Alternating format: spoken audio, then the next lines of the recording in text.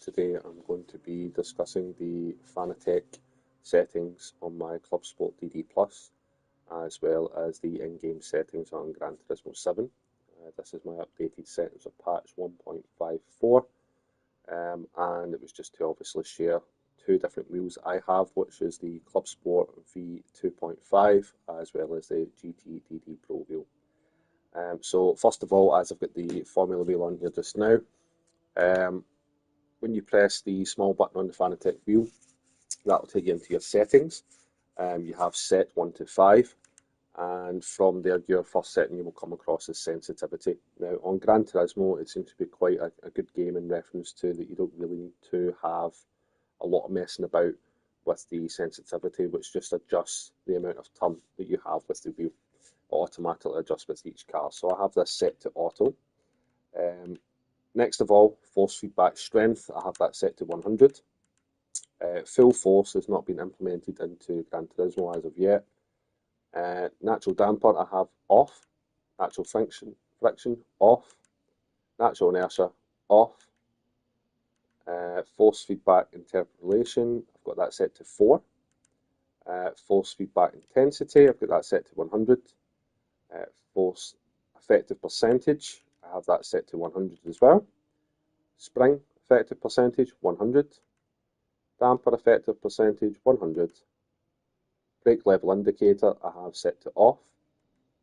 Vibration, that'll be to do with the types of Fanatec wheels that you can have. Sometimes in the handles they have vibration motors, so if you do have that type of wheel, then you would be able to set that on or off. So I've got mine set to off just now. MPS I've got set to auto, and brake force I've got set to 50. Now depending on the pedals that you're using, the car that you're using as well, I would generally say that it will really be dependent on what car you're driving, what pedals you're using, and also the kind of placement and position of your pedals as well. So the current pedals that I'm using just now is the CSL Elite V2 pedals from Fanatec, and I have them set to generally between 25 and 50% braking pressure. Now I do have a adjustable pedal tray from GT Omega, which gives me a kind of F1 style or a GT style of driving for the pedal placement. So this is obviously going to be subject to personal preference and how your personal setup is as well. Moving on to the GT DD Pro wheel, just a little disclaimer on the Club Sport DD Plus wheelbase. It is a 15 Nm wheelbase with the QR2 system. Now with the QR2 system, I have installed that on the back of that wheel on the GT DD Pro. However, on the settings on the PC, it will only output 8 Nm of max power. So this is just because of the design of the wheel, there is a bit of plastic on there and stuff as well. So I'm pretty sure they've just put this in as a safety feature to make sure that you don't put too much power through it to break it. So basically the settings on my GT DD Pro, I would have the sensitivity at auto, force feedback strength 100, I would have the natural damper at 20, natural friction, I can set that in between 1 and 5, depending on the car I'm driving. Natural inertia, sometimes I'll have that at 1 or 0. Force feedback interpolation, I would have that set to 2. Force feedback intensity 100. Force feedback percentage 100. Spring effective percentage 100. Damper effect percentage 100. BLI, brake level indicator, off. Vibration off. MPS auto, and brake force in between 25 and 100. Now, going back to the game itself, so as I've just been talking about the GT DD Pro, I would go back and I'll be able to show you here. Let's see, so we're going to be going into controller settings. So controller steering sensitivity will really be dependent. There's a lot of people that say it doesn't do anything for the wheel, there is some people that say it does. I just generally keep it at 0. I have tested it going up to like kind of 5 and going up to 10 and stuff like that as well. It just really depends.